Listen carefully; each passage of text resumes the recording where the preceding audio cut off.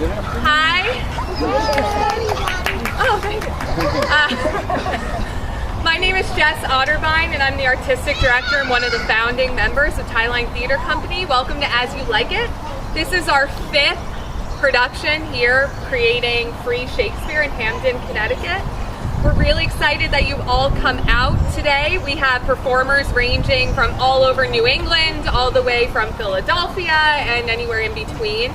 And we work really hard. We put this together in a week. We come and live and work and eat the work all the time. And to keep it free and quality, we love your support. It seems like Mr. William Shakespeare has gotten himself into some legal trouble back there, so if you would like to donate to Free Will donation and help bail him out of jail, we would so appreciate that. Thank you and enjoy.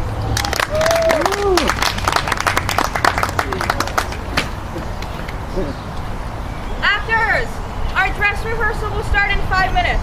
Thank you, bye.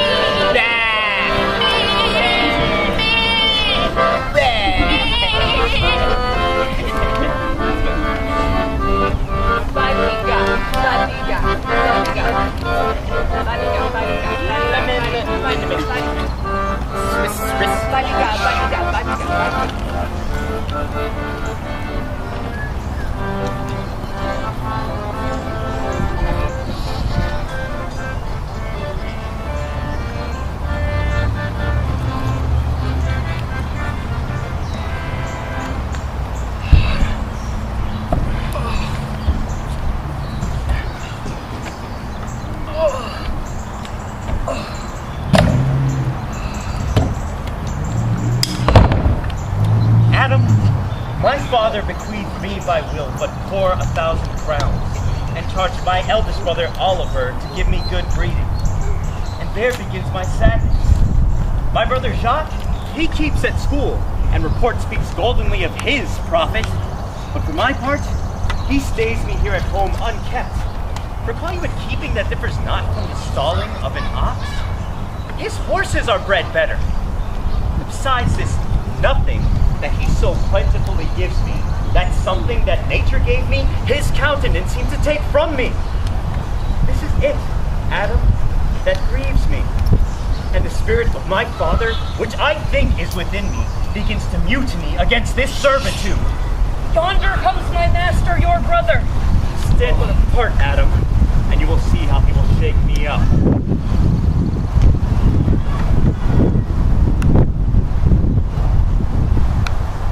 Now, sir, what make you here? Nothing. I am not taught to make anything. Know you to whom you speak, sir? Aye, better than he knows me. I know you are my eldest brother, and the courtesy of nations allows you my better. But that same tradition takes not away my blood. I have as much of my father in me as you. What, boy? Wilt thou lay hands on me, villain? I am no villain. I am the youngest son of Sir Roland. Let me go! Let me go, I say! You shall hear me. My father charged you in his will to give me good education. You have trained me like a peasant, hiding and obscuring all gentlemanlike qualities. The spirit of my father grows strong in me, and I will no longer endure it. Well, sir, I will not long be troubled with you. You shall have some part of your will. Now I pray you, lead me. I will offend you no further than becomes me for my good.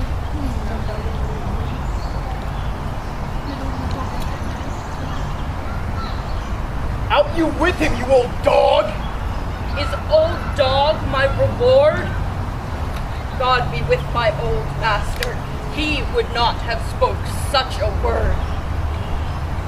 Oh, I will physic your rankness, and give no 1,000 crowns neither. Oh, Charles, the Duke's wrestler here to speak with me.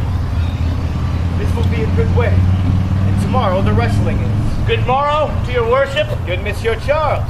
What is the new news at the new court? There's no news, sir, but the old news. That is, the old Duke is banished by his younger brother, the new Duke, and 3 or 4 loving lords have put themselves into voluntary exile with him. Can you tell if Rosalind, the Duke's daughter, be banished with her father? No, truly, for the Duke's daughter, Celia, her cousin, so loves her, being ever from their cradles bred together, that she would have followed her exile or have died to stay behind her. She is at the court, and never two ladies loved as they do. Where will the old Duke live? They say he is already in the forest of Arden, and many merry men with him. You wrestle tomorrow before the new Duke. Marry do I, sir, and I came hither to acquaint you with a matter. I am given, sir, secretly to understand that your younger brother, Orlando, hath a disposition to come in against me to try a fall. Tomorrow, sir, I wrestle for my credit, and he that escapes me without some broken limb shall acquit himself well. Your brother is but young and tender, and for your love I would be loath to foil him, as I must if he come in against me. Therefore, I came hither to acquaint you with all, that you might stay him from his intendment. Charles, I thank thee for thy love to me. I had myself notice of my brother's purpose, and have labored to dissuade him from it. Yet I tell thee, Charles, he is resolute. He is full of ambition, a secret and villainous contriver against me, his natural brother.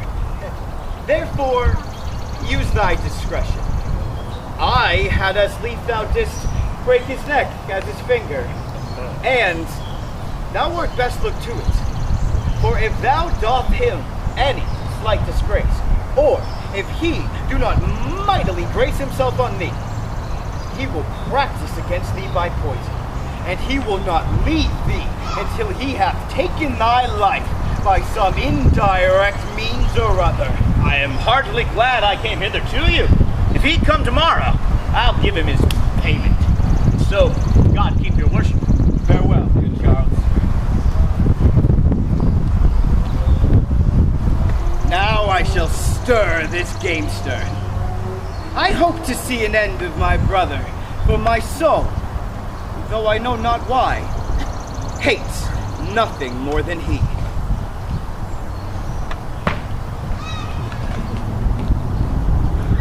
I pray thee, Rosalind, sweet my coz, be merry. My dear Celia, I show more mirth than I am mistress of. Unless you could teach me to forget a banished father, you must not learn me to remember any extraordinary pleasure. Herein I see thou lovest me not with the full weight that I love thee. If my uncle, thy banished father, had banished thy uncle, the Duke my father, so thou hast still been with me, I could have taught my love to take thy father for mine. So wouldst thou, if the truth of thy love to me were so righteously tempered as mine is to thee? Well, I will forget the condition of my estate and rejoice in yours. From henceforth, cuz I will be merry and devise sports. Oh, what think you of falling in love? Marry, I prithee do, to make sport withal, but love no man in good earnest, nor no further in sport neither than with the safety of a pure blush thou mayest in honor come off again. What shall be our sport then? Let us sit and mock the good housewife Fortune from her wheel, that her gifts may henceforth be bestowed equally. I would we could do so, for her benefits are mightily misplaced, and the bountiful blind woman doth most mistake in her gifts to women. 'Tis true. For those she make fair, she scarce make honest, and those she make honest, she make very ill-favoredly. Nay, now thou goes from Fortune's office to Nature's. Fortune reigns in the gifts of the world, not in the lineaments of nature. No?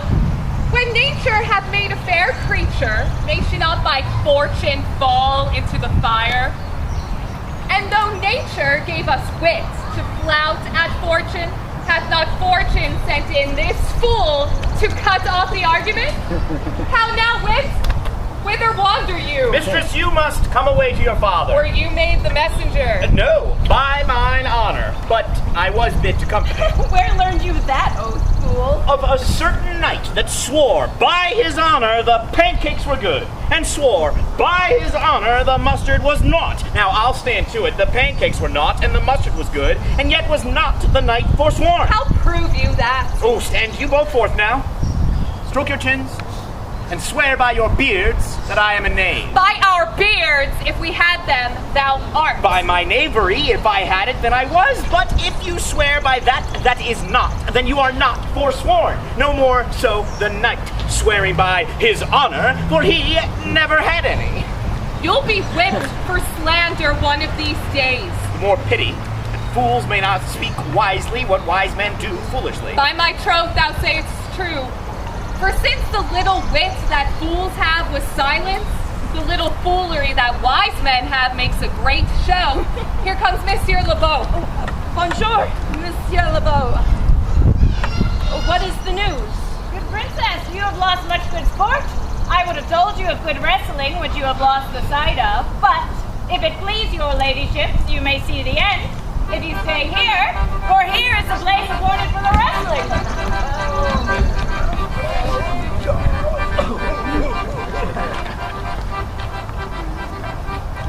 How now, daughter and cousin? Are you crept hither to see the wrestling? Aye, my liege, so please you give us leave. You will find little delight in it, I can tell you. There is such odds in the man. Pity of the challenger's youth, I would fain dissuade him, but he will not be entreated. Speak to him, lady. See if you can move him. Young man, have you challenged Charles the wrestler? No, fair princess. He is the general challenger. I come but in as others do to try against the strength of my youth. Young gentlemen, your spirits are too bold. We pray you, for your own sake, to embrace your safety and give over this attempt. Do, good sir. Your reputation shall not therefore be misprized. We will make it our suit to the Duke that the wrestling might not go forward. I beseech you, punish me not with your hard thoughts, wherein I confess me much guilty to deny such fair and excellent ladies anything. But let your fair eyes and gentle wishes go with me to my trial, wherein if I be foiled, there is but one shame that was never gracious. If killed, but one dead that was willing to be so. I should do my friends no wrong, for I have none that meant me. The world no injury, for in it I have nothing. Only in the world do I fill the place, which may be better supplied when I have made it empty. The little strength I have, I would it were with you. And mine, to eke out hers. Come! Where is this young gallant that is so desirous to lie with his mother earth? Woo! Charles! Ready, sir. Woo! Woo, woo, woo! Come on, Charles! Oh, excellent, young man! Oh, Charles! Hey!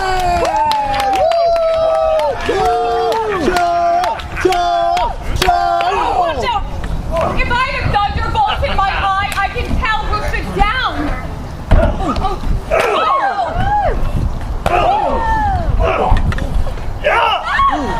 No more! No more! How dost thou, Charles? He cannot speak, my lord. Bear him away. What is thy name, young man? Orlando, my liege, youngest son of Sir Roland Dubois. The world esteemed thy father honorable, yet I did find him still mine enemy. But fare thee well, thou art a gallant youth. I would thou hadst told me of another father. I am more proud to be Sir Roland's son, and would not change that calling to be adopted heir to Frederick. My father loved Sir Roland as his soul, and all the world was of my father's mind. Had I before known this young man his son, I should have given him tears unto entreaties ere he should thus have ventured. Gentle cousin, let us go thank him and encourage him. Sir, you have well deserved. If you do keep your promises in love, but justly, your mistress shall be happy. Gentlemen, wear this for me.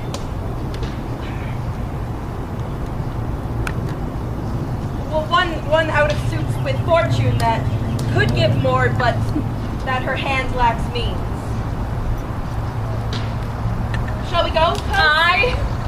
Fare ye well, fair gentlemen. Can I not say I thank you? Oh, all my better parts are thrown down, and all that stands here is but a mere lifeless block. He calls us back.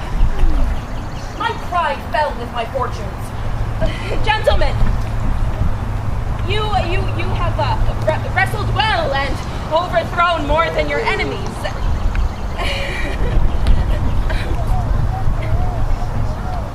What passion hangs these weights upon my tongue? I cannot speak to her, yet she urged conference. Oh, Orlando, thou art overthrown. Or Charles, or something weaker masters thee. Good sir, I do in friendship counsel you to leave this place. Albeit you have deserved high commendation. Such it is now the Duke's condition that he misconstrues all that you have done. I thank you, sir. And I pray you, which of the two was daughter to the Duke that was here at the wrestling? Neither, if we judge by manners, but indeed the lesser is his daughter, and the other daughter to the banished Duke, and here detained by her usurping uncle to keep his daughter company. I rest much bounded to you. Fare thee well. Hereafter, in a better world than this, I desire more love and knowledge of thee. Now must I from the smoke into the smother, tyrant's Duke unto tyrant's brother. Oh, but heavenly Rosalind. Oh, Who's that? sweet my master. Oh, unhappy youth, come not within these doors.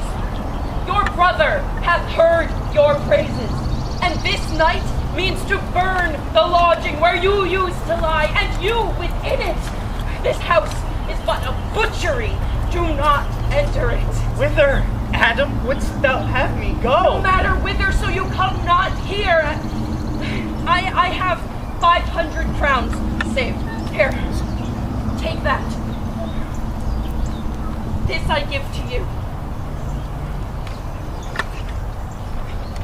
Let me go with you. I will do in the service of a younger man all your business and necessity. Oh, good old man.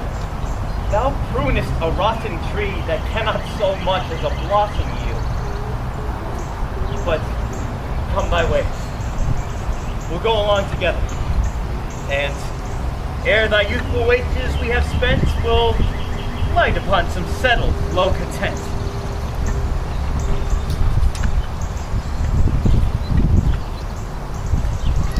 Why, cousin, not a word? Not one to throw at a dog. But is all this for your father? No. Some of it is for my child's father. Come, wrestle with thy affection. They take the part of a better wrestler than myself. Oh, a good wish upon you. You will try in time and in despite of a fall. Oh. But turning these jests out of service, let us talk in good earnest.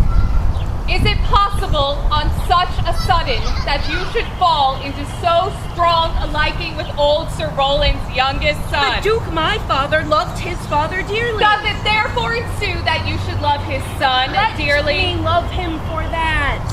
And do you love him because I do? Look, here comes the Duke. With his eyes full of anger. Mistress, dispatch you with your safest haste and get you from our court. Within these 10 days, if that thou beest found so near our public court as 20 miles, thou diest for it. I do beseech your grace. Let me the knowledge of my fault bear with me. If that I do not dream or be not frantic, as I trust I am not, then, dear uncle, never so much as in a thought unborn did I offend your highness. Thus do all traitors. If their purgation did consist in words, they are as innocent as grace itself. Let it suffice thee that I trust thee not. Yet your mistrust cannot make me a traitor. Tell me whereon the likelihood depends. Thou art thy father's daughter. There's enough. So was I when your highness took his dukedom. So was I when your highness banished him.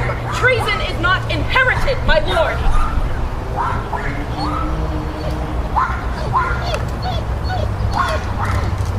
Dear sovereign, hear me speak. If she be a traitor, why, so am I. We still have slept together, rose at an instant, learned, played, eat together, and wheresoever we went coupled and inseparable. Thou art a fool. She robs thee of thy name, and thou shalt show more bright and seem more virtuous when she is gone. Then open not thy lips. Firm and irrevocable is my doom, which I have passed upon her. She is banished. Pronounce that sentence then on me, my liege. I cannot live out of her company. You are a fool. You, niece, provide yourself. If you outstay the time, upon my honor and in the greatness of my word, you die. Oh, poor Rosalind, whither wilt thou go? Prithee, be cheerful. Know you not the Duke hath banished me, his daughter? That he hath not. No, hath not. Then Rosalind lacks the love that teacheth thee that thou and I am one. Shall we be sundered, sweet girl?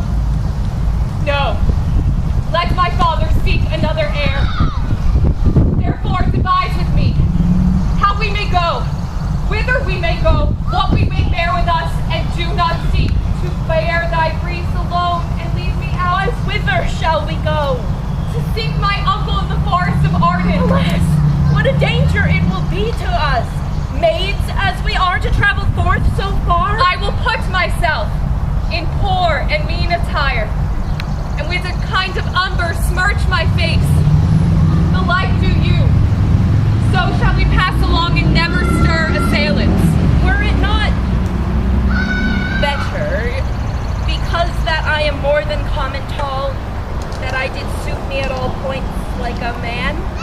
Well, in my heart lie there what hidden women's fear their will.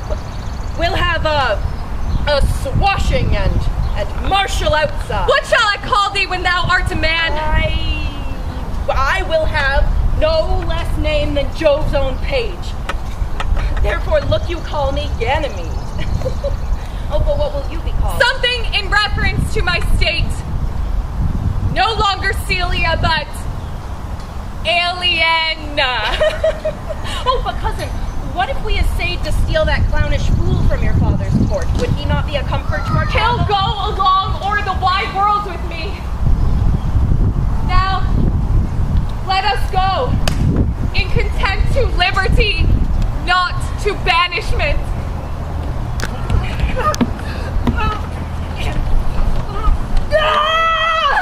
Can't be possible that no man saw them. I cannot hear of any that did see her. The Roynish clown is also missing. Hesperia, the princess's gentlewoman, confesses that she overheard your daughter and her cousin much commend the parts and graces of the wrestler that but lately foiled the sinewy Charles. She believes that wherever they are gone, that youth is surely in their company. Bring his brother to me. I'll make him find him. Do this suddenly.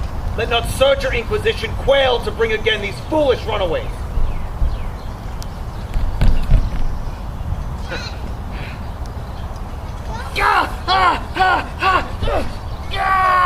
Find out thy brother wheresoe'er he is.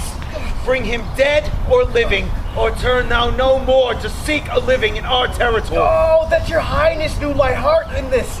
I never loved my brother in my life. More villain thou. Well, push him out of doors. Do this expediently and turn him going.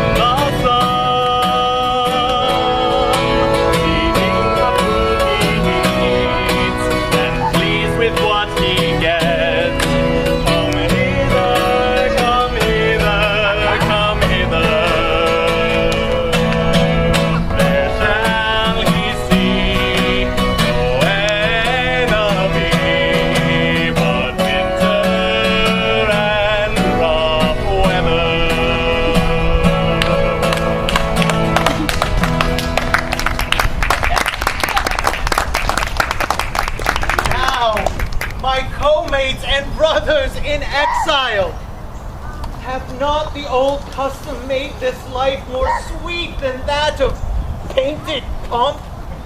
Are not these woods more free from peril than the envious cord? Here feel we but the penalty of Adam, the season's difference, and the churlish chiding of the winter wind, which, when it bites and blows upon my body, I smile and say, "This is no flattery. These are counselors that feelingly persuade me what I am." Sweet are the uses of adversity, and this, our life exempt from public confines, tongues in trees, books in the running brooks, sermons in stones, and good in everything. I would not change it. Happy is your grace that can translate the stubbornness of fortune into so sweet a style. Come, shall we go and kill us venison? And yet, it irks me. These poor dappled fools who, being native burghers to this desert city, should in their own confines have their round haunches gored. Indeed, my lord, the melancholy Jaques grieves at that, and in that kind swears you do more usurp than doth your brother that had banished you. And did you leave him in this contemplation? Oh, we did, my lord. Show me the place. I love to cope him in these sullen fits, for then he's full of matter.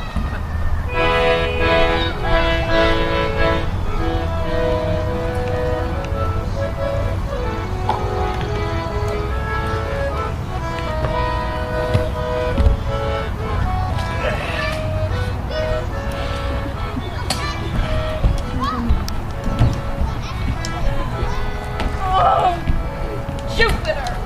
Oh, how weary are my spirits! Oh, I care not for my spirits when my leg's not so weary. Oh, well, I could find it in my heart to disgrace my man's apparel and cry like a woman. But I must comfort the weaker vessel. Therefore, courage, good Eliana. I pray you bear with me. I cannot go no further. For my part, I would rather bear with you than bear you. Oh. Well, this is the forest of Arden. Aye! Now am I in Arden. The more fool I. When I was at home, I was in a better place.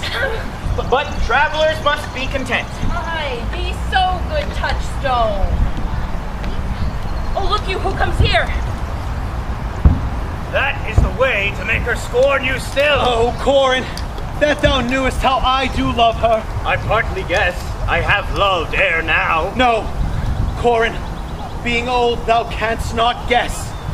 But if thy love were ever like to mine, how many actions most ridiculous hast thou been drawn to by thy fantasy? Into 1,000 that I have forgotten. Oh, then thou'st ne'er loved so heartily. If thou canst remember the slightest folly that ever love did make thee run into, thou hast not loved. Oh, Phebe! Phebe! Phebe! Jove! This shepherd's passion is much upon my fashion. And mine, but it grows somewhat stale with me. I pray you, one of you go question yond man if for any gold he will give us food. I faint almost to death. Allah, you clown! Haste, you fool! He is not thy kinsman. Good even to you, friend. Good day to you, sir, and to you all. I pray you, if for love or gold can in this desert place buy entertainment, take us where we might rest ourselves and feed. For here is maid, with hunger much oppressed and faints for succor. Fair sir, I do pity her, and wish more for her sake than mine. My fortunes were better to relieve her. But I am shepherd to another master. My master is of churlish disposition, and little recks to find the way to heaven by doing deeds of hospitality. Besides, his coat, his flock, and pounds of feed are now on sale, and there is little as a sheepcoat that you will feed on. But what there is, come see, and in my voice most welcome shall you be. I pray you, buy thou the cottage, pasture, and the flock, and thou shalt have to pay for it of us. And will mend thy wages. I like this place, and willingly could waste my time in it. Assuredly the thing is to be sold. Go with me, and your faithful feeder shall I be, and I will buy it with your gold right presently.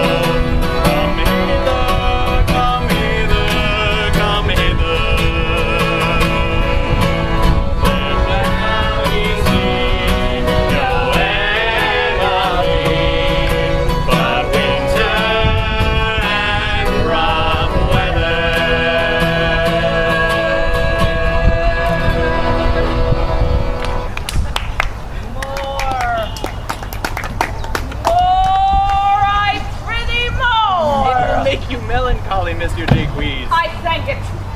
More, I prithee. More, I can suck melancholy out of a song as a weasel sucks eggs. Come, sing, and you who will not, hold your tongues. The Duke has been all this day to look you. Oh, and I have been all this day to avoid him. He is too disputable for my company. I think of as many matters as he, but I give heaven thanks and make no boasts of them. Come, warble, come.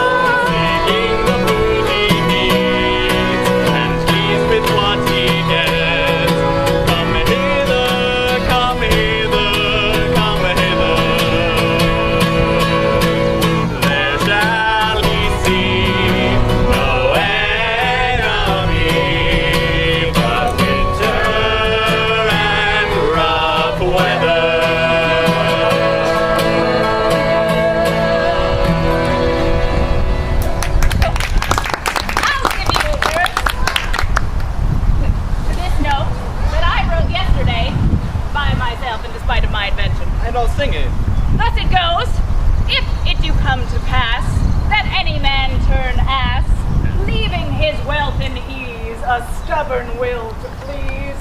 Duke Dame, Duke Dame, Duke Dame. Here shall he see gross fools as he, and if he will come to me. What's that, dukedom?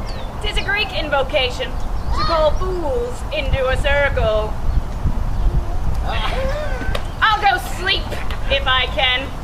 If I cannot, I'll rail against all the firstborn of Egypt. And I'll go seek the Duke. His banquet is prepared.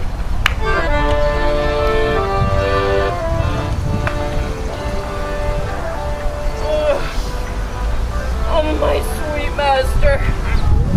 I can go no further. Oh, I die for food. Oh, lie I down here and measure out my grave. Why, how now, Adam? No greater heart in thee? Come, live a little. If anything in this uncouth forest yields savage, then I will either become food for it, or else I will bring it as food to thee. Hold death at arm's length but a little while, and I will be with thee quickly. Yet thou liest in the bleak air. Come, I will bear you to some shelter.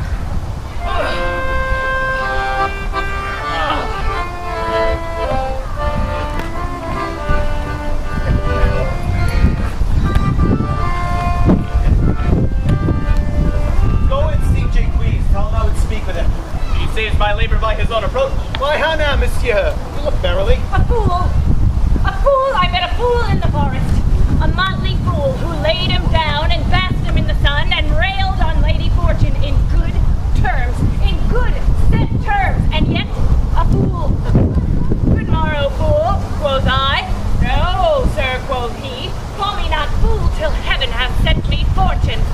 And then he drew a dial from his poke, and looking on it with lackluster eyes, said very wisely, "It is 10 o'clock. Thus we may see," quoth he, "how the world wags. For what but an hour ago was 9, and after 1 hour more 'twill be 11.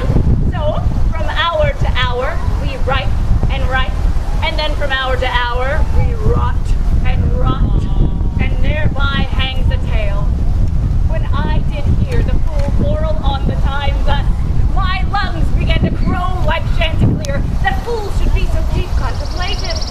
Oh, worthy fool! A noble fool motley is the only wear. But what fool is this? A worthy fool, one who has been a courtier, and in his brain he has strange places crammed with observation, the which he bents in mangled forms. Oh, that I were a fool! I am ambitious for a motley coat. Give me leave to speak my mind, and I will through and through cleanse the foul body of the infected world, if they will patiently receive my medicine. Fie on thee, I can tell what thou wouldst do. What would I do but good? Most mischievous foul sin and chiding sin. Thou thyself had been a libertine, as brutish as the sting itself. Who cries out on pride, where therein can tax any private party? Does it not flow as hugely as the sea, wherein the weary very means do ebb? But who comes here? Forbear, and eat no more. Why, I have eaten none yet. Nor shalt not till necessity be served. Oh, of what kind should this cock come of? Art thou thus boldened, man, by thy distress?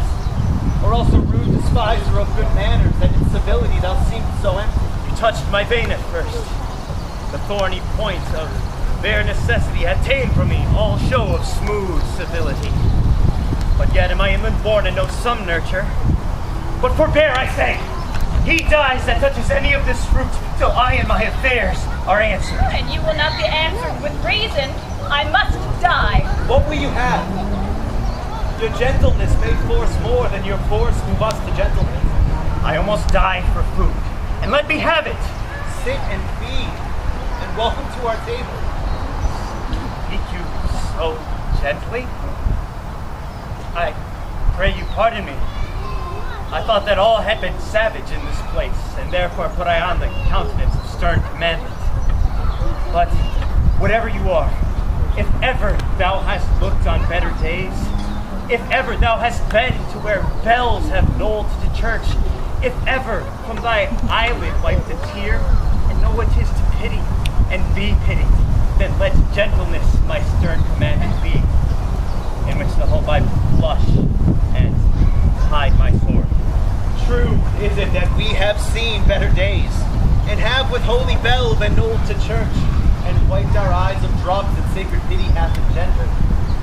So therefore, sit you down in gentleness, and take upon command what help we have that to your wanting may be ministered. Then forbear your food but a little whilst I, like a doe, go and find my fawn and bring it food. There is a poor old man who hath many a step lived in pure love. Till he be first sufficed, I will not touch a bit.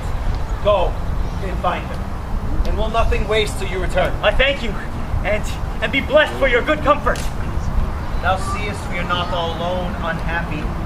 This wide and universal theater presents more woeful pageants than the scene wherein we play it. All the world's a stage, and all the men and women merely players. They have their exits and their entrances, and one man in his time plays many parts, his acts being 7 ages. At first, the infant, mewling and puking in his nurse's arms, and then the whining schoolboy with his satchel and his shiny morning face, creeping like snail unwillingly to school, and then the lover, sighing like a furnace, with a woeful ballad made into his mistress's eyebrow, and then the soldier, full of strange oaths and bearded like the bard, jealous in honor, sudden and quick in quarrel, seeking the bubble reputation even in the cannon's mouth, and then the justice, with fair round belly and good cape on line, with eyes severe and beard a formal cut. He's full of modern instances, and so he plays his part. 6 stage shifts into the lean and slippered pantaloon, with spectacles on nose and pouch on side, his youthful hose well saved, a world too wide for his shrunk shank, and his big, manly voice turning again towards childish treble, pipes and whistles in his sound. Last scene of all to end this strange, eventful history is second childishness and mere oblivion. Sans teeth, sans eyes, sans taste, sans everything. Set down your venerable burden. Fall to. Play music.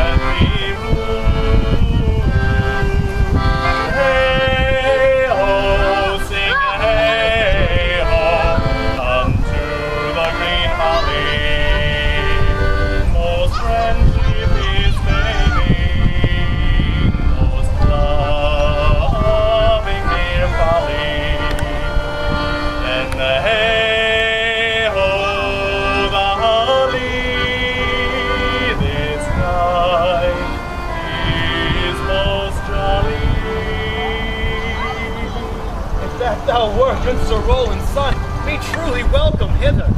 I am the Duke that loved your father. Good old man, thou art right welcome as thy master is. Support him by the arm. Give me your hand, and let me all your fortunes understand. Freeze, freeze, thou bitter sky. Freeze, thou bitter sky. Thou it's forgot. As benefits forgot. More thou the waters warm, thy sting is not so sure. As when remembered not. Hey ho, sing hey ho, unto the green holly. Most friendship is feigning, most loving mere folly. Then hey ho, golly, this life is most jolly.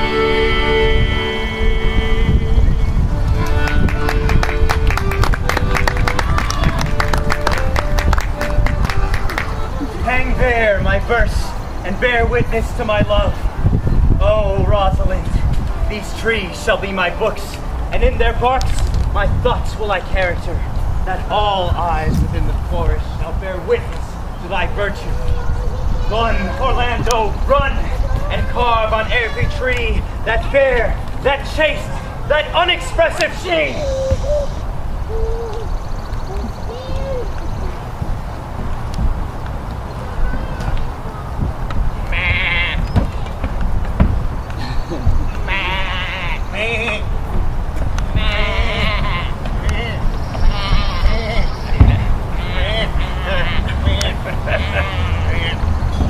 How like you this shepherd's life, Master Touchstone? Oh, truly, in respect of itself, it is a good life, but in respect it is a shepherd's life, it is not. Now, in respect it is solitary, I like it very well, but in respect it is private, it is very vile life. Now, in respect it is in the field, it pleaseth me well, but in respect it is not in court, it is tedious. Hast any philosophy in thee, shepherd? No more, but that I know the more one sickens, the worse at ease he is. That the property of rain is to wet, of fire to burn. That he that hath learned no wit by nature nor art may complain of good breeding, or else comes of a very dull kindred. That such a one is a natural philosopher. Wast ever in court, shepherd? Oh, no, truly. Then thou art damned! For not being in court? Your reason. If thou wast never in court, thou never sawest good manners. If thou never sawest good manners, thy manners must be wicked. Wickedness is sin, and sin is damnation. I am a true laborer. I earn what I eat, get what I wear. Oh, no man hates. Am glad of other man's happiness, and my greatest pride is to see my ewes graze and my lambs suck. Another simple sin in ewes, sir, to bring together the ewes and the rams and to offer to get your living off the copulation of cattle. Well, here comes my master Ganymede, brother of my new mistress. From east to western end, no jewel is like Rosalind. Let no fair be kept in mind, but the fair of Rosalind? I'll rhyme you so 8 years together. Oh, for a taste. If the cat will after kind, so to be sure will Rosalind. Oh, he that sweetest rose must find love's prick and Rosalind. This is the very false gallop of verses. Why do you infect yourself with them? Peace, you dull fool. I found them on a tree. Truly, the tree yields bad fruit. Oh, peace! Here comes my sister reading. Stand aside. Tongues I'll hang on every tree, but on the fairest boughs, or at every sentence end, will I Rosalind right. How now, shepherd, stand off a little. Go with him, sirrah. Come, shepherd, we must make an honorable retreat, if not with bag and baggage, then with scrip and scrippage. Didst thou hear these verses? Aye, and more too, for some of them had in them more feet than verses could bear. Trow you who hath done this? Is it a man? And a chain that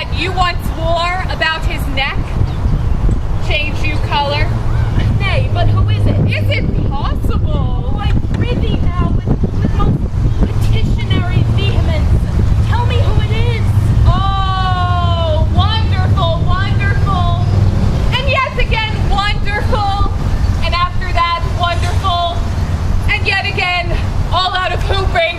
Dost thou think, though I am comparisoned like a man, that I have doublet and hose in my disposition?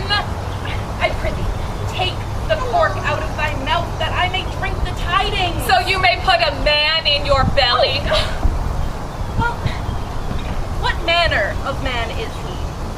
Well, is his head worth a hat, or his chin worth a beard? Nay, he hath but a little beard. Let me stay the growth of that beard, if thou delayest me not the knowledge of his chin.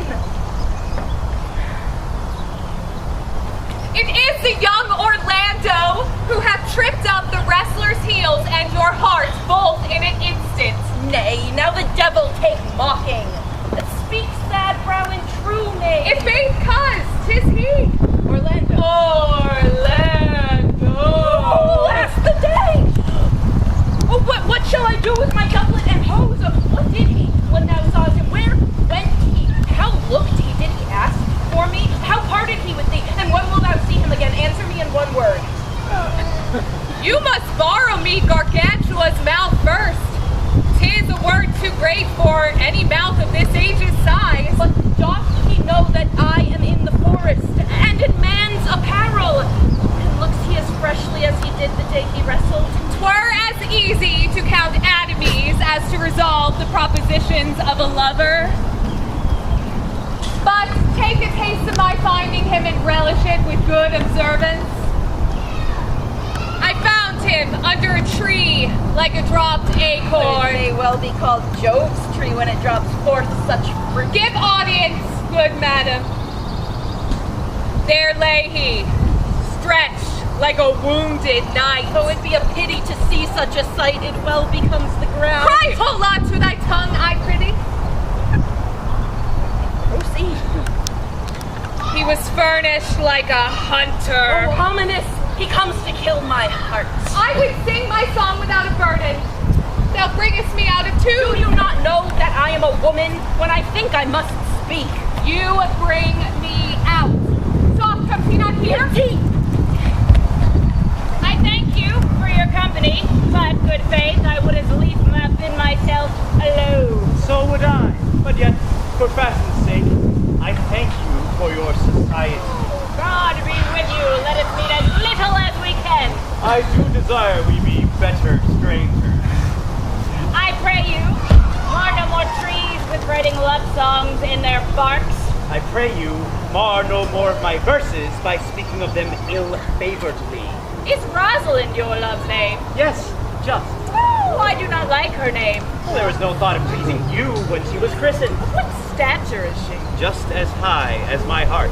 Oh, you are full of pretty answers. The worst fault you have is to be in love. Tis a fault I would not exchange for your best virtue. Oh, by my troth, I was seeking for a fool when I found you. Oh, he is drowned in the brook. Look but in, and you shall see him. I shall see mine own figure. Which I take to be either a fool or a cipher. I'll tarry no more with you. Goodbye, good Signor Love. I am glad of your departure. Au revoir, Monsieur Melancholy. I will speak to him like a saucy lackey, and under the habit play the knave with him.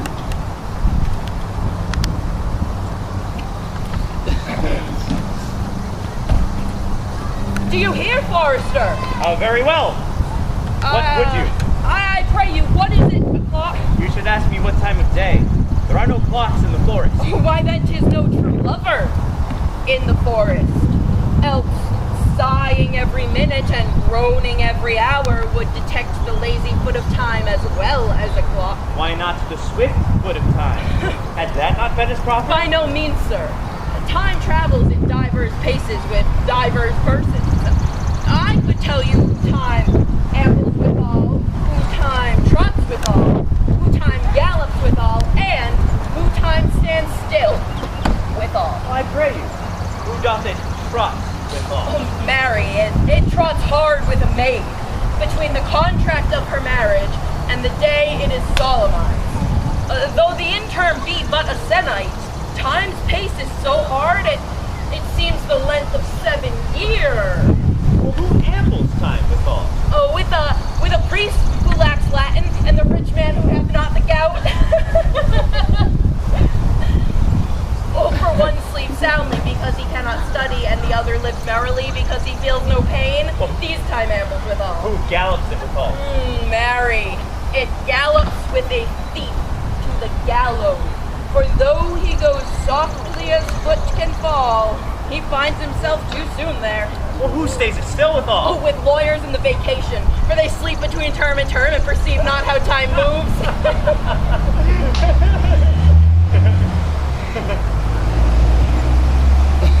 Where dwells you, pretty youth? With this shepherdess, my sister, in the skirts of the forest, like fringe upon a petticoat. Are you native of this place? Your accent is something finer than you can purchase, so removed as well. I have been told so of many. Indeed, an old religious uncle of mine taught me to speak. He was in his youth an inland man, and knew courtship well, for he fell in love there. I have heard him read many lectures against it, and I thank God that I am not a woman, to be touched with so many giddy offences as he have generally taxed their whole sex withal. I pray you recount some. No, I will not cast away my physic, but on those that are sick. There is a young man, haunts our forest, and abuses our young plants by carving Rosalind on their barks. If I could meet that fancy monger, I would give him some good counsel, for he seems to have the quotidian of love upon him. I am he that is so love-shaped. I pray you, tell me your remedy. There are none of my uncle's marks upon you. He taught me to know a man in love, in which cage of rushes I am sure you are not prisoner. What were his marks? A lean cheek, which you have not. A blue eye and sunken, which you have not. And a beard neglected, which you have not. And then your hose should be ungartered, your sleeve unbuttoned, your shoe untied, and everything about you demonstrating a careless desolation. But you are no such man. I would I could make you believe I love. Me believe it. You'd as soon make her that you love believe it, which I warrant she is after to do than confess she does. That's one way in which women still give lie to their consciences. But in good sooth, are you he that hangs verses on the trees wherein Rosalind is so admired? I swear by the white hand of Rosalind that I am that he, that unfortunate. Are you so in love as your rhymes speak? Neither rhyme nor reason express how much. Love is merely a madness, I tell you. Yet I profess curing it. Did you ever cure one so? Yes. One. By counsel, and in this manner.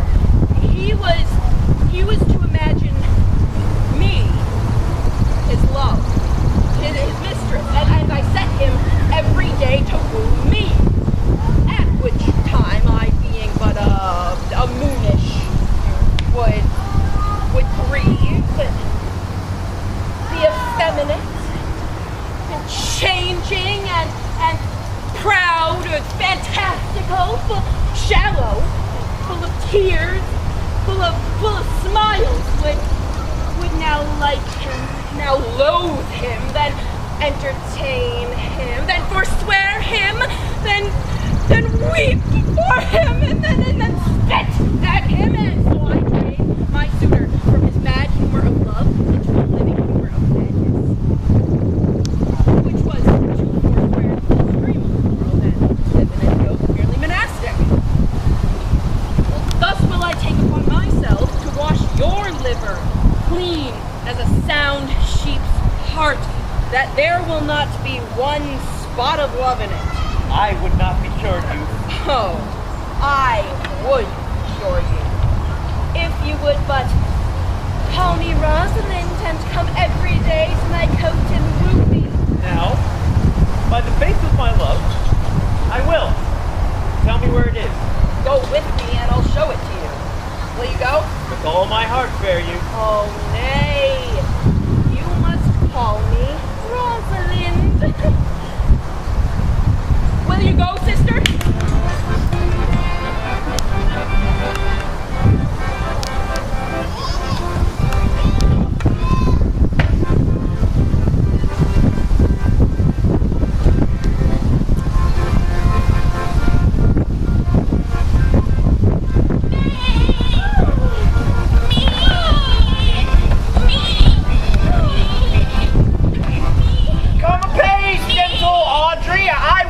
Your coat. And how now, Audrey? Am I the man yet? Doth not my simple feature content you? Your features? Lord warns us, what features? Oh, truly, I would the gods had made me poetical. I do not know what poetical is. Is it honest in deed and word? Is it a true thing? Truly, no, for the truest poetry is the most fading.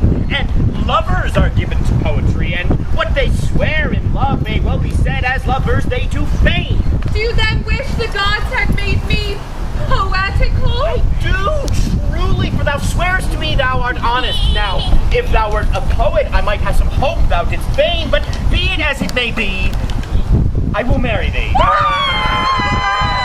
And to that end, even now I have been with Sir Oliver Martext, the vicar of the next village, who hath promised to meet me here in this place of the forest, and to couple us. Fancy this meeting. The gods give us joy! A man may, if he were of a fearful heart, stagger in this tent, for here we have no temple but wood, no assembly but horn beasts. Oh, but what though? Courage. Though horns are odious, they are necessary. This is the dowry of his wife. It is none of his own getting. Here comes Sir Oliver. Me. Sir Oliver, you are well met.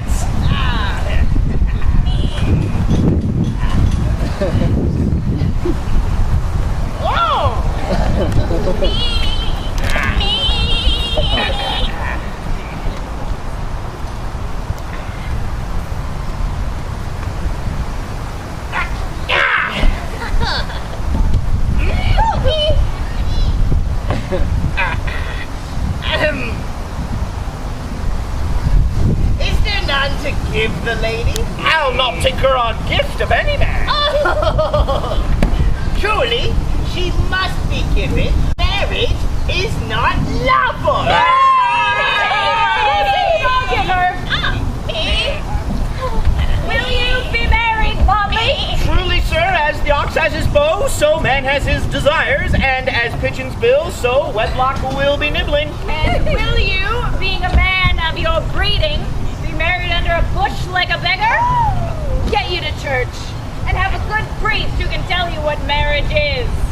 Come down with me. Let me counsel it. Come, Audrey, we must be married, or we must live in bawdry.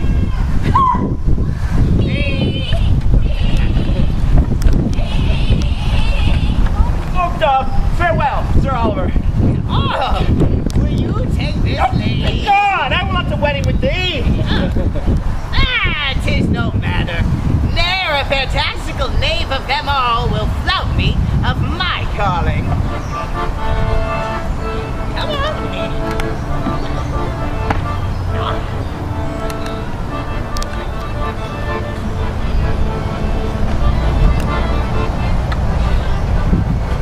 Never talk to me, I will weep. Do! I prithee, but have the grace to consider that tears do not become a man. But have I not cause to weep? As good a cause as any. Therefore weep. His hair is of the very dissembling color. Something browner than Judas's, Mary. His kisses are Judas's own children. In faith, his hair is of good color. An excellent color. Oh, and his kissing is as full of the sanctity as touch of holy bread. A nun of winter sisterhood kisses not so religiously. But why did he swear he would come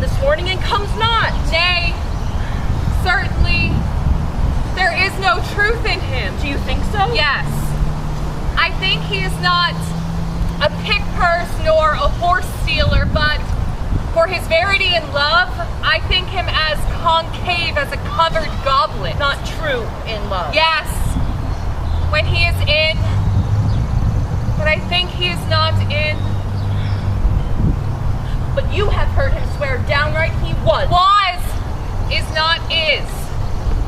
Oh, that's a brave man. He speaks brave words, writes brave verses, swears brave oaths, and then he breaks them bravely. Master and mistress, you have often inquired about that shepherd who complained of love and you saw sitting with me on the turf, and praised that proud, disdainful shepherdess that was his mistress. Well, and what of him? If you will see a pageant truly played between the pale complexion of love and the red glow of scorn, come this way but a little while, if you will mark it. Let us remove. The sight of lovers feedeth those in love.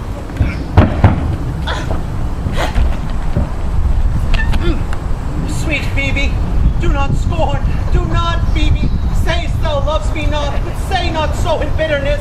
Thou tell'st me there is murder in mine eye. 'Tis pretty, sure, and very probable that eyes, which are the frailest and softest things, be called tyrants, butchers, murderers? Now it is true, I do frown on thee with all my heart, and so if eyes can wound, let them kill thee. And yet they hurt thee not, nor am I sure there is no force in eyes that can do harm. Oh, dear Phebe, if ever you meet in some fresh cheek the power of fancy, then may you know the wounds invisible that love's keen arrows make. But till that time, come not thou near me. And why, I pray you? Who might your mother be that you insult, exalt, and all at once, or the wretched? What though you have no beauty? Must you therefore be proud and pitiless? Foolish shepherd, wherefore do you follow her? You are 1,000 times a proper man than she a woman. Mistress, know yourself. Down on your knees and thank heaven, fasting for a good man's love. For I must tell you, sell where you can. You are not for all markets. Oh, sweet youth! I would rather hear thee chide than this man woo. Oh, and I pray you, do not fall in love with me, for I am falser than vows made in wine. But besides, I like you not. Come to our flock. Dead shepherd, now I find thy song might. Whoever loved that loved not at first sight.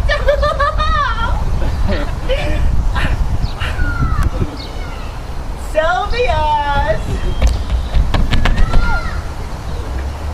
The time was that I hated thee, yet 'tis not that I bear thee love. But since thou canst talk of love so sweetly, thy company, which erst was irksome to me, I now will endure, and I'll employ thee too. But look for no further recompense than thine own gladness now thou art employed. Loose now and then a scattered smile, and that I'll live upon. Know'st now the youth that spoke to me erewhile? Not very well, though I met him often. Oh, think not I love him, though I ask for him. 'Tis a pretty youth, but sure he's proud, and yet his pride becomes him. He's not very tall, and yet for his years he's tall. There was a pretty red in his lip, a little riper and more lusty red than that mix in his cheek. There be some women, Silvius, had they marked him as I had, would have gone near to fall in love with him. But for my part, I love him not, nor hate him not. And yet, I have more cause to hate than to love. For who is he to chide at me and scorn at me? I will write him a very taunting letter, and thou wilt bear it. Wilt thou, Silvius? Phebe, with all my heart. I will write it straight. Come along, Silvius.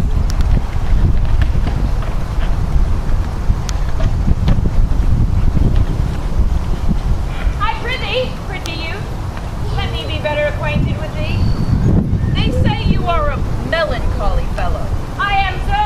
I do love it better than laughing. Those that are in extremity of either are abominable fellows. Why, 'tis good to be sad and say nothing.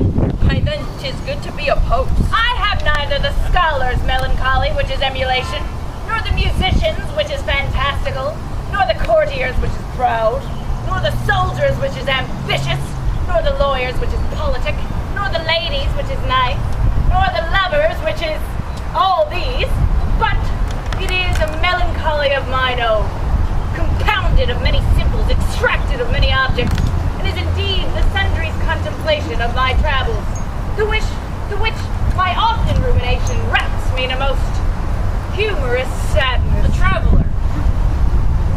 By my life, you have great reason to be sad. For I fear that you have sold your lands to see other men's, and then to have seen so much, but to have nothing is to have rich eyes and poor hands. Yes, I have gained my experience. And your experience makes you sad. I'd rather have a fool to make me merry than experience to make me sad, and to travel for it too. Good day and happiness, sweet Rosalind. Yea, then, God be with you, and you talk in blank verse. Farewell, Monsieur Traveler. How now, Orlando? Where have you been all this while? You, a lover, and you serve me such a trick, never come in my sight more. Pardon me, sweet Rosalind. Nay, and you be so tardy.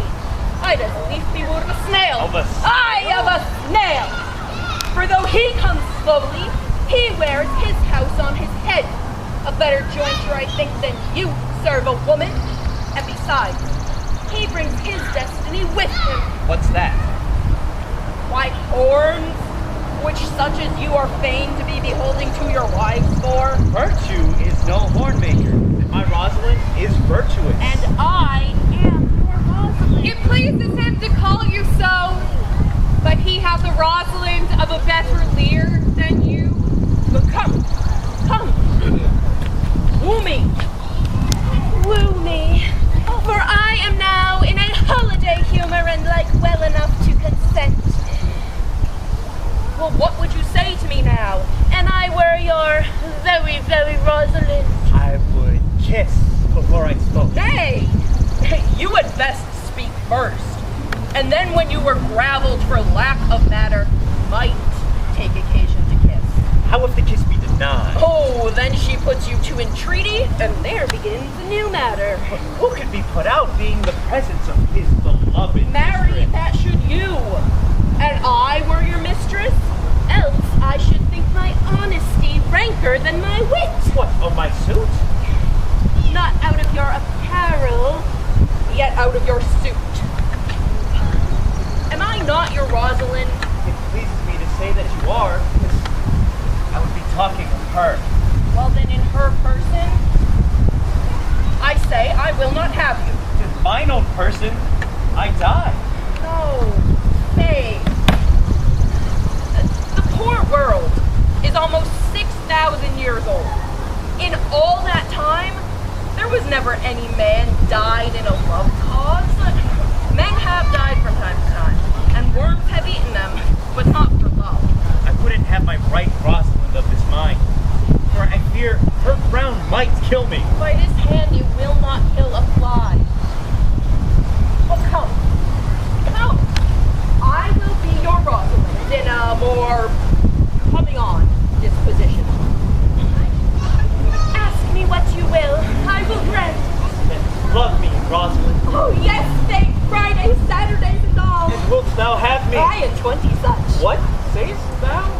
Well, are you not good? I hope so. Well then, can one desire too much of a good thing? Oh, come, sister. You will play the priest and marry us. What say you, sister? I cannot say the words. You must begin. Will you, Orlando? Go to. Will you, Orlando, have to wife this Rosalind? I will. And I do take the Orlando for my husband.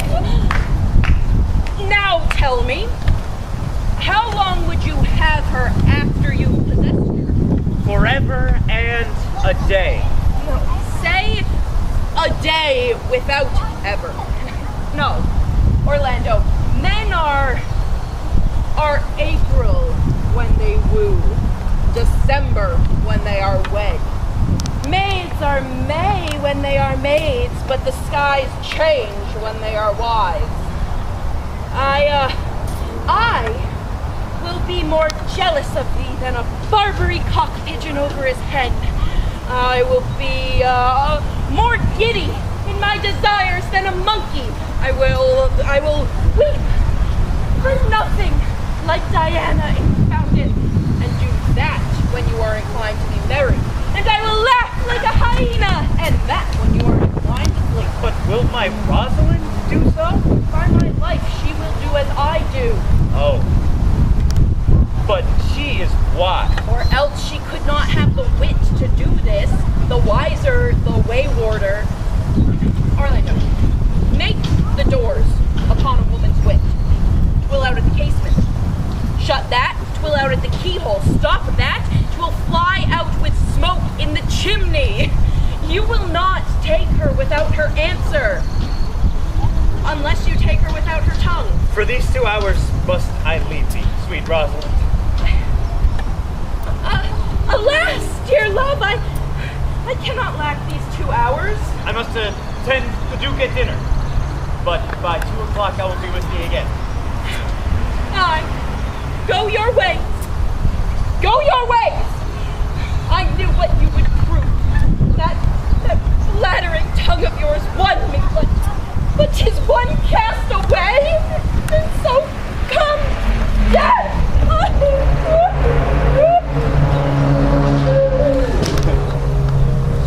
2 o'clock is your hour? Aye, sweet Rosalind.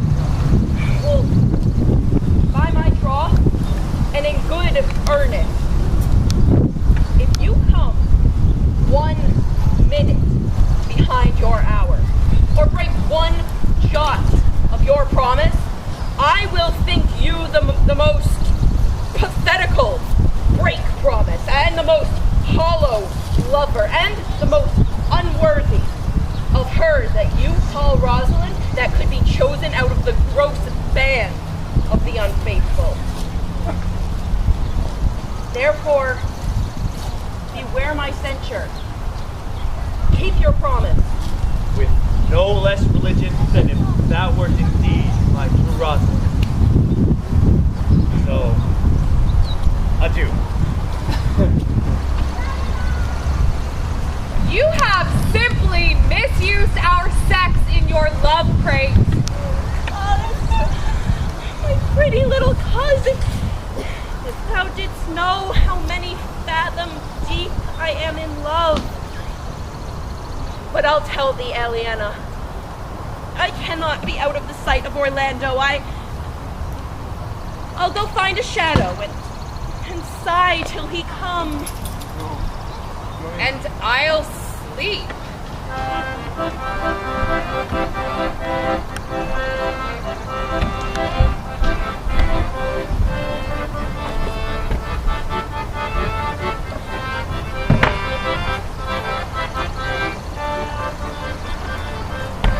We shall find a time, Audrey! Patience, gentle Audrey! Hey, the priest was good enough for all the old gentlemen's sake. A most wicked Sir Oliver, Audrey! A most vile Martext! But, Audrey! There is a youth in in the forest here lays claim to you. I know who 'tis. He hath no interest in me in the world. Look who comes the man you mean. Good even, Audrey. God ye good even, William. Good even, sir. Be in, gentle friend. Is thy name William? William, sir. A good name. Wast born in the forest here? I, sir, I thank God. Thank God. A good answer. Art thou rich? Faith, sir, so-so. So-so is good. Very good. Very excellent good. And yet it is not. It is but so-so.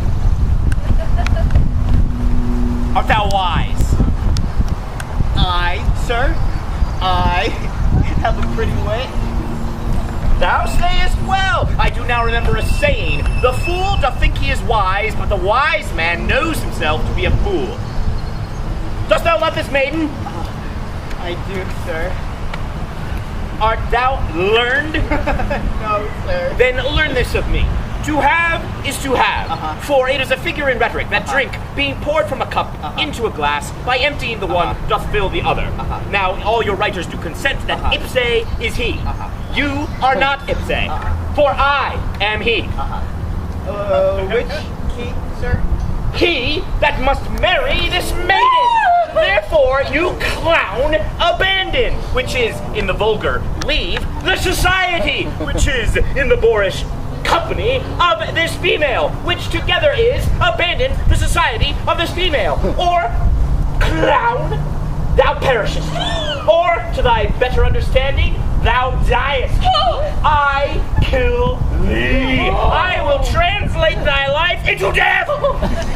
I will deal in poison with thee, or in bastionado, or in steel. I will kill thee 150 ways. Therefore, tremble and depart. Do, good William. God rest ye merry, sir. My master and mistress seeks you. Come, away, away! Trip Audrey, I attend, I attend!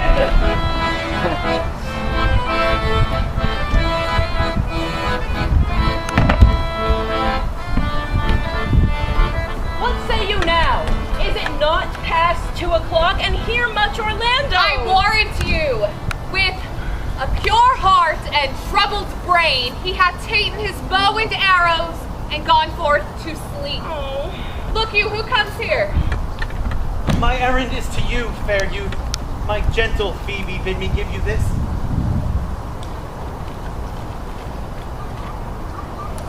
As I guess it bears an angry tenor.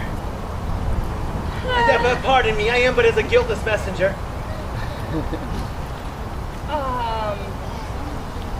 Patience herself would startle at this letter. She says I am not fair, that I lack manners. She calls me proud, and that she could not love me were man rare as Phoenix. But why writes she so to me? Well, Shepherd, well, this is a letter of your own device. No, I do protest. Phoebe did write no, it. I insist she never did invent this letter. For woman's gentle brain could not drop forth such giant rude invention. Will you hear the letter? So please you, for I never heard it yet have heard too much of Phoebe's cruelty. Art thou God shepherd turned, that a maiden's heart hath burned? Can a woman rail thus? Oh, you was railing? Whilst the eye of man did woo me, that could do no vengeance to me, meaning me a beast. Whilst you chid me, I did love. How then might your prayers move? He that brings this love to thee, little knows this love in me. And by him seal up thy mind, whether that thy youth and kind will the faithful offer take of me, and all that I can make. Are you this chiding? Alas, poor our shepherd. No, he deserves no pity. Will you love such a woman? Well, go your ways. Go your ways to her, for I see that love hath made thee a tame snake. And tell her this, that if she loves me, I charge her to love thee. If she will not, I will never have her unless thou entreat for her. Hence, and not a word, for here comes more company. Good morrow, fair ones.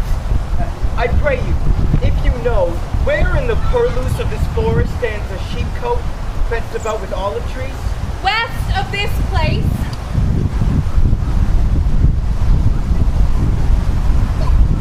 Rank of osiers by the murmuring stream. Right on your left hand shows you the place. But at this time of day, the house doth keep itself, there's none within. Oh, that an eye may profit by a tongue, then I should know you by description. Are you not the owner of the house I did inquire for? It is no boast, being asked to say we are. Orlando doth commend him to you both. And to that pretty youth he doth call his Rosalind, he sends this bloody napkin. Are you he? I am. What are we to understand by this? Some of my shame. If you will, know of me what man I am, and how, why, and where this handkerchief stays. I pray you tell it. When last the young Orlando parted from you, he left a promise to return again within an hour. And pacing through the forest, lo, what befell? Under an oak, whose boughs were mossed with age, a wretched, ragged man, overgrown with hair, lay sleeping on his back.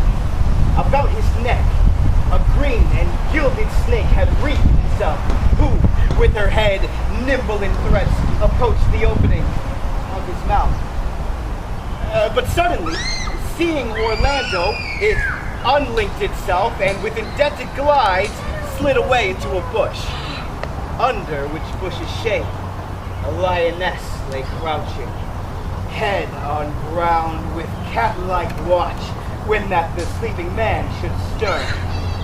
This scene, Orlando approached the man and found it was his brother, his elder Oh, brother. I have heard him speak of that same brother.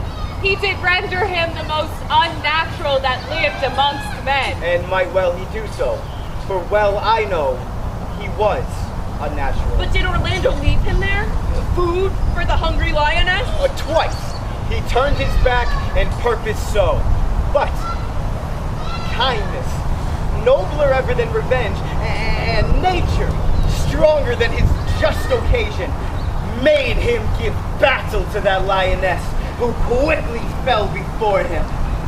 In which, hurtling from miserable slumber, I awakened. Are you his brother? Was it you he rescued? Was you that so oft contrived to kill him? 'Twas I, but 'tis not I.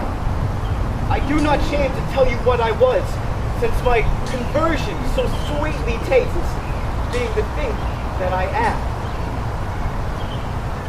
But for the bloody napkin! By and by. Went from the first to last betwixt us two. Tears, our recountment most kindly bathed, as to how I came into that desert place. In brief, he took me to that gentle duke, who gave me fresh array and entertainment, committing me unto my brother's love, who instantly took me to his cave, there stripped himself, and here, on his arm, the lioness had torn some flesh away. All this while, it had bled. Then he fainted, and cried in fainting upon Rosalind. Brief, I recovered him, bound up his wound, and being strong at heart, he sent me hither to tell this story, stranger as I am, so that you may excuse my brother's broken promise. And to that shepherd youth he doth this boy call his Rosalind, he sends this bloody handkerchief.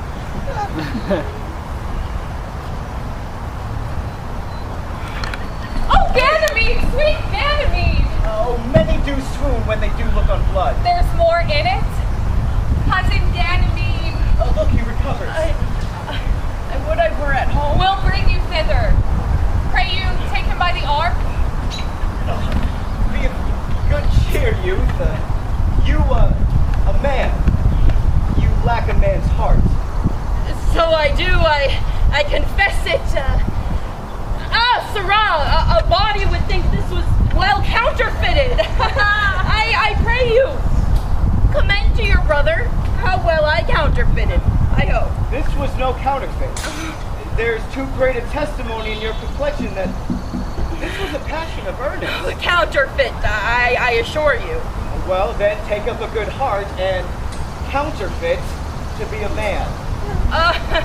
So I do, though I should have been a woman by right. Come, you grow paler and paler.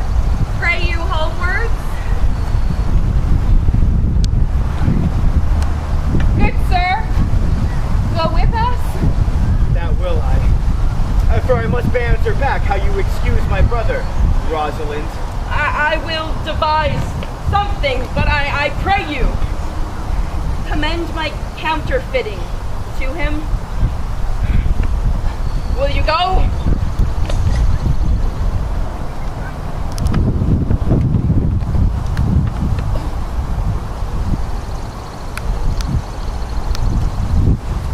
Is it possible that on so little acquaintance you should like her? But by seeing love her, and by loving woo, and by wooing she should grant. Call neither the giddiness of it in question, my sudden wooing or her sudden consenting, but say with me, I love Aliena, and say with her that she loves me. Consent with us that we may enjoy each other. You have my consent. Let the wedding be tomorrow. Thither will I invite the Duke and all his contented fellows. Go you and prepare Aliena, for look you, here comes my Rosalind. God save you, brother. And you, fair sister.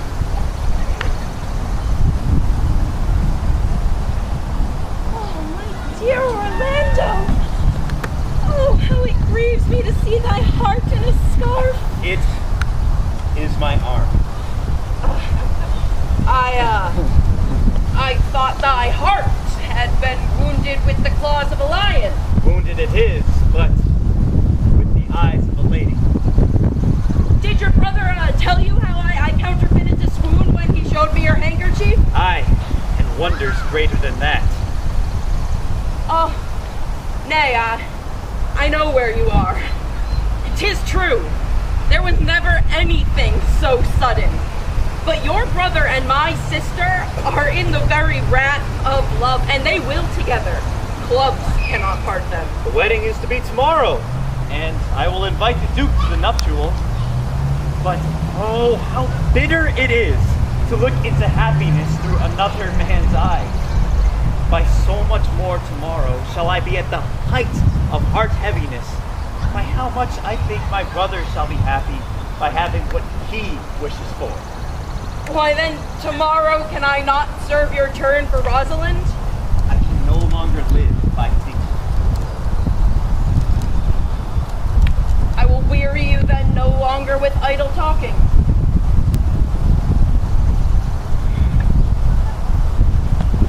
Know of me, then. For now I speak to some purpose that I know you are a man of good conceit. Believe me then that I can do strange things. I have since I was 3-year-old conversed with a magician, most profound in his art, yet not damnable. If you love Rosalind so near to your heart as your gesture cries out, then tomorrow when your brother marries Aliena, so shall you marry her. It appears not impossible to me, if it be not inconvenient to you, to put her before your sight, human as she is and without any danger. Speakest thou in sober meaning? By my life, I do.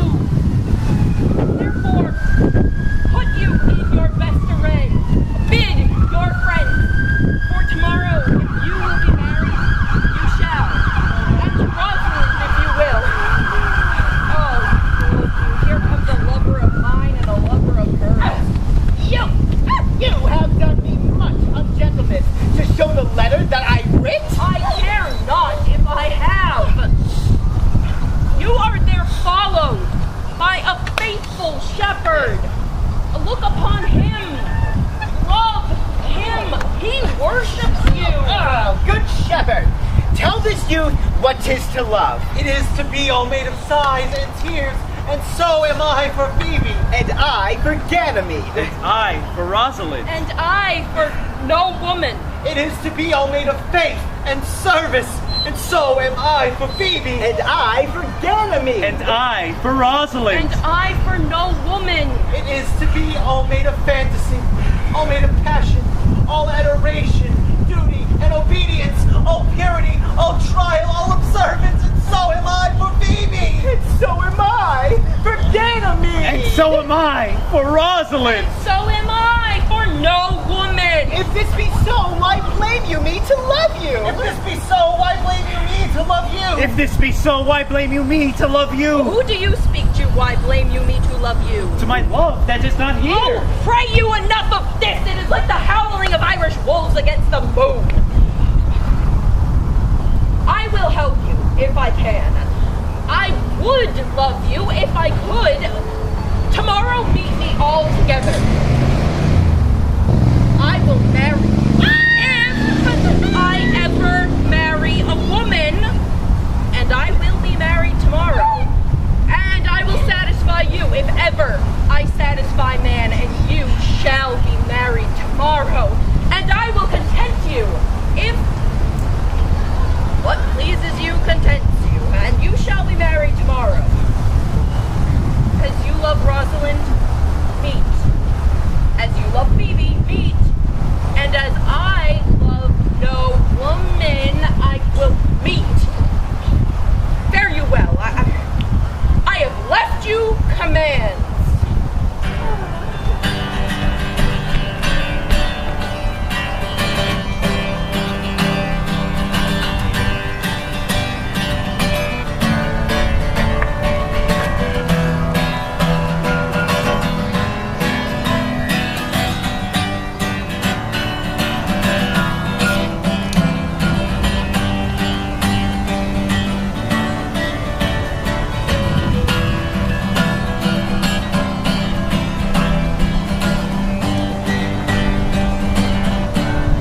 Dost thou believe, Orlando, that the boy can do all that he hath promised? I sometimes do believe it, sometimes I do not. Ahem.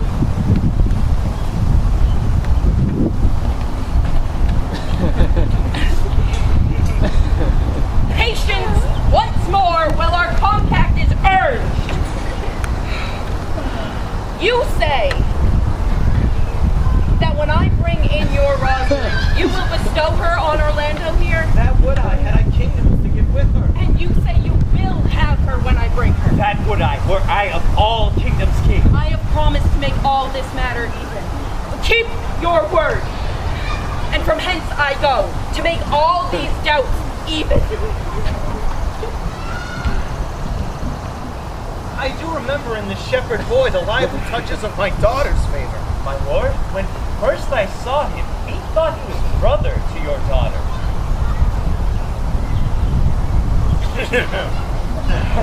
But, my lord, the boy is forest born.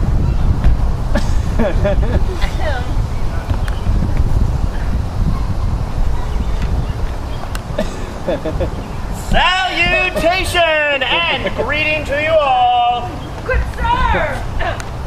This is the motley-minded gentleman that I so often have met in the forest. He hath been a courtier, he swears. Oh, if any man doubt that, let him put me to my purgation. I have trod a measure.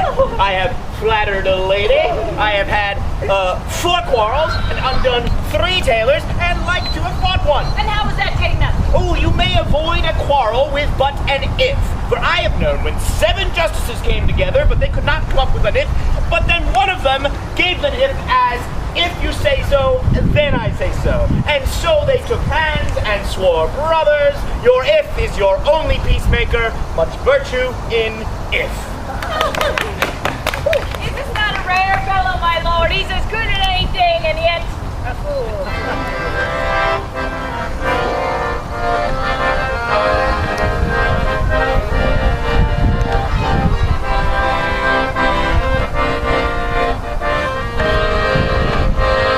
Then is there mirth in heaven when earthly things made even atone together. Good Duke, receive thy daughter. Hymen from heaven brought her, that thou mightst join her hand with his, whose heart within his bosom is. To you I give myself, for I am yours. And to you I give myself, for I am yours. If there be truth in sight, you are my daughter. If there be truth in sight, then you are my Rosalind. If sight and shape be true, why then my love adieu. Oh! My dear niece, welcome thou art to me. Even daughter welcome in no less degree. Peace, ho, I bar confusion. 'Tis I must make conclusion of these most strange events. Here's 8 that must take hands to join in Hymen's band, if full truth intends. You and you, no cross shall part.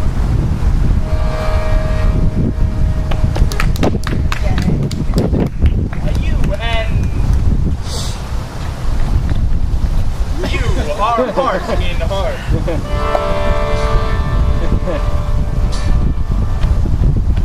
You his love must accord, or have a woman to your lord. I will not eat my word. Now art mine. My faith to thy fancy doth combine. You and you are sure together as the winter to foul weather. Play music, and you bride and bridegrooms all, with the measures heaped in joy to the measures fall. You to your pleasures, I am for other than for dancing measures. Say, proceed, proceed.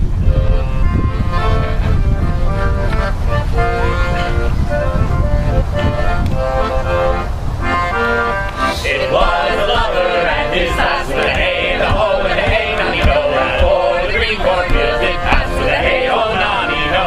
In the springtime.